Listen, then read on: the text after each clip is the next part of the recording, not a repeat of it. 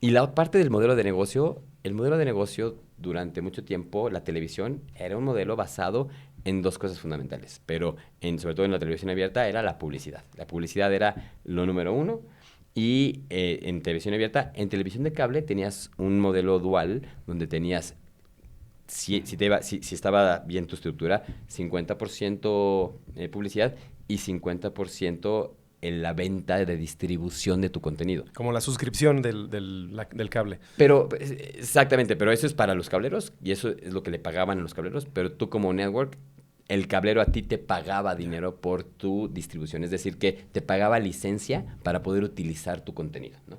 Ya. Y es un poco lo que estamos regresando. En un mundo donde ahora los streamers generaron muchísimo contenido, ahora, y ellos pagaron por ese contenido, ahora que tenemos una recesión por muchas razones que han sucedido, han bajado su cantidad de originales y el tipo de... Y ahora quieren más coproducciones. Entonces, los productores están teniendo que buscar una manera de distribuir sus contenidos para poder generar más dinero. Que eso, a fin de cuentas, es lo que se llamaba en el pasado un poco el syndication, que era como tú distribuías...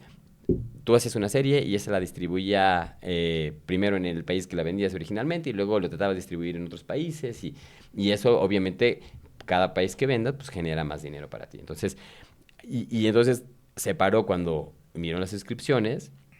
Incluso cuando Disney lanza Disney Plus, un año completo dejó de vender sus series a los cableros y a todo para que la gente no tuviera acceso más que a través de Disney Plus. Fue una estrategia que me pareció muy interesante, muy atrevida, porque es muy fácil decirlo, pero cuando estás viendo tus números y dejas de ganar $1,000 millones en un año porque no vendiste todas esas producciones y tienes esos equipos trabajando, llega un momento donde las preguntas empiezan con los inversionistas. Y que realmente estás convencido que lo que estás apostando te va a generar este cantidad. No hay margen de error, ¿Va ¿no? a haber retorno o no? Y entonces, y lo que sucede es, pues la industria se va ajustando y parte de esos ajustes es, ves, cómo los streamers ahora están haciendo opciones de que tengas por menos dinero un poquito de comerciales, más dinero sin comerciales, unos completamente gratis, pero tienes más comerciales. Y por otro lado también como la gente están distribuyendo sus contenidos. Ahora encuentras el ejemplo de Suits, por ejemplo. Suits es una producción de NBC, pero la vendieron a Netflix porque le dieron la licencia. Y ahora que entra Netflix, con el tamaño y los algoritmos y todo esto, se convierte en un fenómeno de nuevo, tiene una segunda vida y se convierte en uno de los contenidos más vistos el año pasado, ¿no? Entonces, te das cuenta cómo este ciclo de que de repente era solamente originales y luego solamente venta y luego solamente licencias y luego solamente publicidad y se va poco a poco cerrando, ¿no? Mm. Oye, Geri, y retomando, o sea, ¿qué es la decisión más difícil que tomaste en tu carrera? ¿O cuál es la más retadora? Creo que cada vez que cambias de ciudad, que te hace cambiar toda tu vida, son a veces las más difíciles, ¿no? Porque no estás pensando solo en ti. Cuando tú tienes una familia, cuando tienes pues tus amigos, tienes ya construida una manera de hacer tu día a día, pues todo cambia y tienes que buscar y pones en una balanza los retos y la pasión que tienes por lo que estás haciendo, la oportunidad que se te está dando, también tiene que ver con la edad y también tiene que ver dónde estás tú en ese momento de tu vida. Hay momentos donde los riesgos a veces son los mismos, pero tú los estás enfrentando de manera distinta por tu contexto histórico, por cómo estás en ese momento, ¿no? Y esto lo quería comentar porque en lo que estamos haciendo, tratando de ayudar a gente de mediana edad a reinventarse, tiene que ver con, no tienes que esperar a hacer un cambio total de vida y salirte de tu trabajo de Godín y entonces emprender. Eso es un riesgo O sea, gigantesco. renuncia ya ahorita y... Claro, es que me parece hasta locura, la verdad, un poco hasta irresponsable. Pero lo que nosotros queremos es primero trabajar a la persona, entender a la persona y cómo podemos irla llevando a poco llegar a su sueño. Lo primero que hacemos en nuestra estructura es, ¿dónde estás? ¿Dónde estás? ¿Cómo te hablas a ti mismo? La segunda parte es, ¿cómo puedes cambiar esos patrones para que te hables mejor a ti mismo y encontrar a dónde quieres ir? Y basado en eso, es un trabajo de tratar de hacer un pequeño mapa. Y el mapa lo inicias con, haz un análisis de tu tiempo. Si tú haces un análisis, les pedimos una semana, escríbeme cada cosa que haces durante el día. Es increíble la cantidad de tiempo que desaprovechas, para no decir que lo pierdes a lo loco, desaprovechas en cosas que a lo mejor te traían un mejor valor. Lo que les planteamos es, vamos a hacer un ajuste en estos horarios y empecemos a hacer algo de valor en estos horarios donde tú puedas empezar a buscar una forma diferente de generar algún ingreso extra. Eso inmediatamente les genera emoción, les genera capacidad de progreso, les genera un reto. E inmediatamente empiezas a ver cómo hay una evolución. Parte de lo que dice Tony Robbins, que a mí me encanta, que es, dice, la felicidad no es llegar a tus metas. La felicidad está en el progreso constante, ¿no?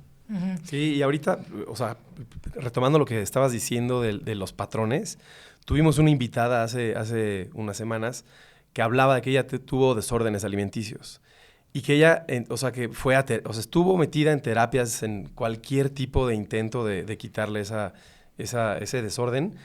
Y cuando llegó a esta parte donde Tony decía, y donde muchas otras personas, mentores, dicen, tu vida es un reflejo de los patrones que tienes. Si cambias el patrón, vas a obtener un resultado distinto. Y ella dijo que esa es la forma en la que pues, pudo superar una adicción y pudo superar un desorden alimenticio solamente cambiando los patrones. Porque ella decía, pues es que yo no me siento enferma. O sea, yo no quiero decir que estoy enferma, porque pues hasta decirlo es como yo no reafirmarlo. Soy, porque todo lo que pongas después de la palabra soy define lo que es tu personalidad. Y lo reafirmas. Entonces, ahorita que platicabas de los patrones, o sea, es increíble, es interesantísimo. Y platícanos un poquito más, o sea, como un ejemplo, cómo puedes cambiar patrones o cómo lo has hecho tú, porque eso nos ayuda como a cerrar. Es más, yo lo hago así, ¿cómo decides emprender a los 50 años? ¿Cómo decides? Y de nuevo, lo primero que quieres hacer es analizar dónde estás parado y por qué. Y como me pasa en la televisión y como me pasa a mí, creo que es fundamental hacer un pequeño alto y decir, a ver, ¿cómo está el contexto? ¿Quién es mi audiencia? ¿Quién es esta audiencia soy yo? y cómo estoy emocionalmente, cómo estoy físicamente, cómo hago... Entonces, te haces un pequeño análisis. Y cuando haces estos análisis, pues tienes que ser honesto contigo mismo. Lo peor que puede hacerte es mentirte a ti mismo, porque entonces no vas a cambiar. Entonces, y por eso a veces te sirve bien un coach, porque te mantiene a línea. Te dice, a ver, espera, no. Realmente, ¿cómo estás? ¿Qué te sientes? Y hacemos ejercicios para que de alguna manera descubras. Porque la idea de buscar es, a través de preguntas, lo vas empujando a que te vaya diciendo exactamente cómo está. Claro, y yo iba a complementar, y ser objetivo, porque a veces también somos demasiado críticos con nosotros mismos. O sea, es igual de peligroso, ¿no? Ser como muy duro con nosotros como ser muy blandos. Entonces, ¿cómo llegamos a ese punto medio? En la primera parte del proceso, en el descubrirte, el primer ejercicio le llamamos el inner villain, tu villano interno. Porque justamente este villano interno es el que te habla y te dice que no puedes, que por qué tú... que seguramente te va a ir mal, que es demasiado riesgoso y cómo le vas a hacer para pagar tal cosa y cómo le vas a hacer si a tal persona que es más inteligente que tú le está yendo.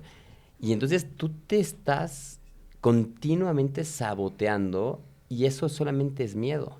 Pero como comentábamos, lo que te dices, tu cerebro lo interpreta como algo que está sucediendo y entonces actúa. Entonces ahí es donde entra la parte de los patrones. Lo que tú tienes que hacer, y de nuevo citando a nuestro amigo Tony Robbins, una cosa que me parece increíble que él hace es los 90 segundos para cambiar tu estado. Cuando te empiezas a dar cuenta que estás empezando a tener estos patrones de angustia, de enojo, y cambias y dices, a ver, respiras 3 veces. Y un ejercicio que me encantó es, tú en YouTube buscas a un comediante que te fascine y lo pones. Y literalmente un skit de 3, 4, 5 minutos te cambia completamente la energía. Te reíste, cuando te reíste cambió tu postura, cuando te empiezas a relajar. Y más que nada, te hizo cambiar el patrón. Ahora, no es fácil. De nuevo, tienes que hacer repetición, tienes que estar consciente y objetivo que está sucediendo. Pero son pequeñas técnicas y como esa hay varias técnicas que puedes utilizar para romper tus patrones. Pero lo importante es que te des cuenta que estás empezando a tener un patrón y que tengas las herramientas para cambiar ese patrón y para enfocarte en algo diferente.